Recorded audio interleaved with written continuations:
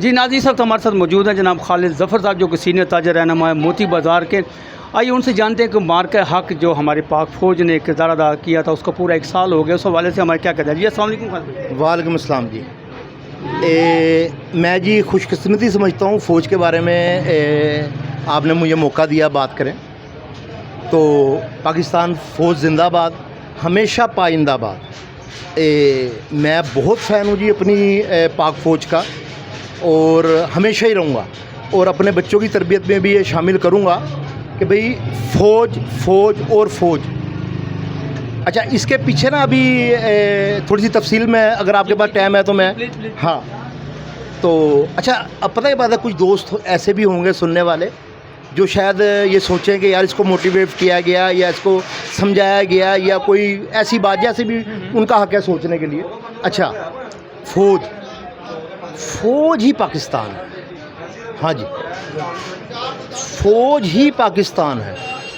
پاکستان اور فوج لازم و منظوم، مختلف پارٹیاں ہیں، کوئی عروج پہ ہے، کوئی زوال پہ ہے، کوئی تھی، کوئی ہے، کوئی رہے گی، کوئی ختم ہو گئی۔ اچھا، ان کا پارٹیوں کے ساتھ پاکستان کا کوئی وابستگی نہیں ہے۔ بہت ساری پارٹی ایسی ہیں جو کبھی سوچتی تھی کہ ہم ہیں تو پاکستان ہے۔ میرے پاس مسالے ہیں، میں ضروری نہیں سمجھتا نام لوں ان پارٹیوں کا، لیکن بہت ساری پارٹی ایسی تھی کہ جو کہتی تھی کہ ہم ہیں تو پاکستان ہے۔ اچھا، آج ان کو کوئی جانتا بھی نہیں ہے۔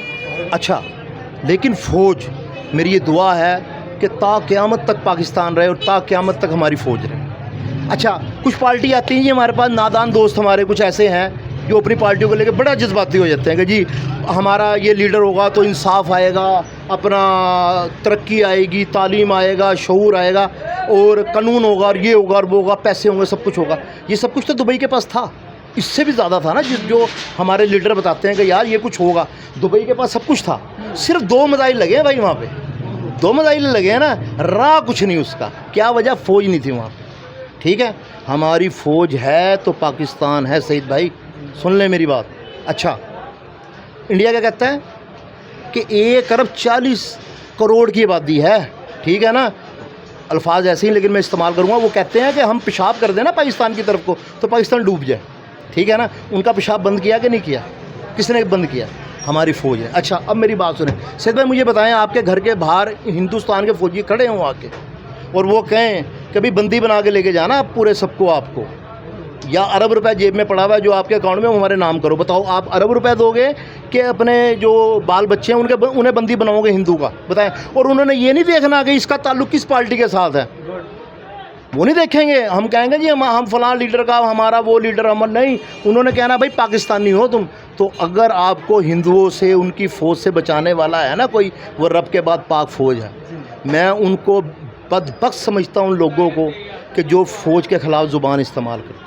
میں بدبخت ہاں، ہیں تھوڑے بہت مسئلے مسائل ہیں اور ہوتے ہیں، گھروں میں ہوتے ہیں، ہمارے جو یہ فوجی ادارے ہیں ان میں مسئلے ہوں گے، بالکل ہوں گے، اور ہو جاتے ہیں، ان کی بھی کوئی وجہ ہوگی، ہاں ہوتے ہیں نا، ہو سکتے ہیں، لیکن وہ پش پش دیکھنا پڑے گا نا اس کو بھی، اس کے پیچھے کیا ریزن۔ ہماری بصارتیں نہیں ہیں، ہماری آنکھیں نہیں ہیں وہاں تک نا۔ وہ بھائی افغانستان آپ کے خلاف، وہ تیاری میں، ہندوستان آپ کے خلاف، یہ BLA اور فلاں فلاں فلاں، ان کو سب کو کس نے روک رکھا ہے؟ یہ رب کے بعد میری فوج ہے۔ تو مجھے نہیں پتا، اللہ کرے شاید کوئی سن رہا ہو مجھے، میرا بھائی فوجی، تو بھائی میں آپ کو سلوٹ کرتا ہوں، اور یقین کریں کہ میں دل سے فین ہوں۔ کیوں بھلا؟ یار جو آپ کی عزت کا تحفظ کرے، جو آپ کو سیکیورٹی دے، اس سے بڑا تعلق کوئی نہیں۔ جہاں عزت اور تحفظ ملتا ہے نا آپ کو، اس گھر کی تو غلامی اختیار کر لو، یقین کریں۔ اگر عزت اور تحفظ نہیں تو کچھ بھی نہیں ہے۔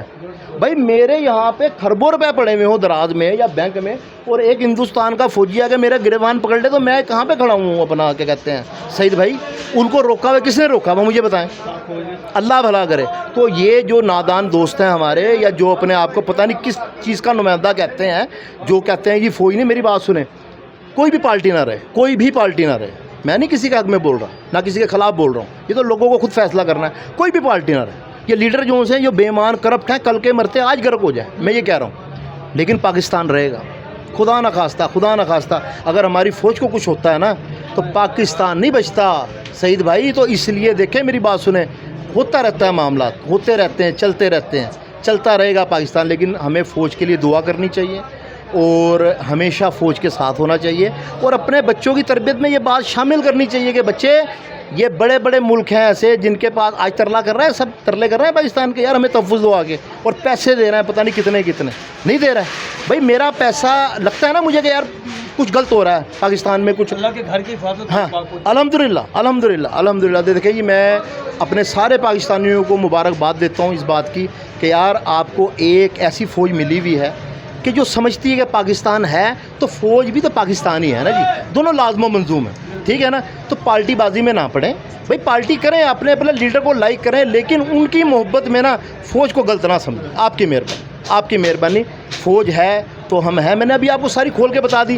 کہ بھائی انڈیا تیار ہے، ذرا سا لوز ہو ہماری فوج، لوز ہو، اور اگر فوج نہ ہو تو یہاں پہ ابھی آپ کو اٹھا کے لے جائیں، مجھے بھی لوگ اٹھا کے لے جائیں، وہ جو خانہ جنگی ہوتی ہیں کب ہوتی ہیں؟ جب فوج کمزور ہو جائے۔ تو بھائی ہمیں سب کو سوچنا چاہیے کہ فوج مضبوط ہے تو ہم مضبوط ہیں، ہمیں اپنے کمنٹ سے، ہمیں اپنی باتوں سے، ہمیں ایسا معاملات کرنے چاہیے کہ ہماری فوج کا مرال بلند ہو، انہیں پتہ ہو کہ بھئی کیا کہتے ہیں، ہمارے لوگ ہمارے ساتھ ہیں، تو ہمیشہ پاکستان زندہ باد، ہمیشہ پاکستان پائندہ باد، اور پاک فوج زندہ باد۔